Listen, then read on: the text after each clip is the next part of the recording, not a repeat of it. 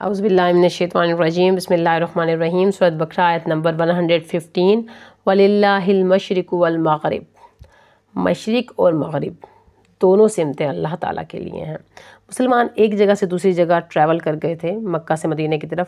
ان کو یہ اچھا نہیں لگ رہا تھا اپنا گھر چھوڑنا اور مدینہ کی طرف ٹرانسفر کرنا، اللہ کا گھر ہے جہاں پر اس کو چھوڑنا۔ They left the house of Allah, تو اللہ تعالیٰ نے فرمایا زمین اللہ کی ہے، مشرق اور مغرب دونوں سمتیں بھی اللہ کی ہیں۔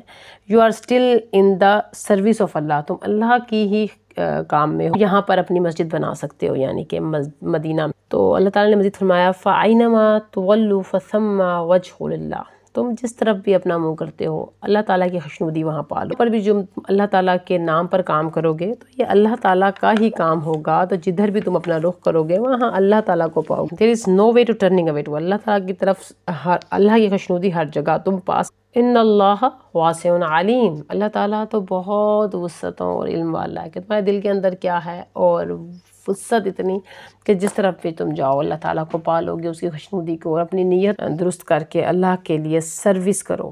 السلام علیکم ورحمۃ اللہ وبرکاتہ۔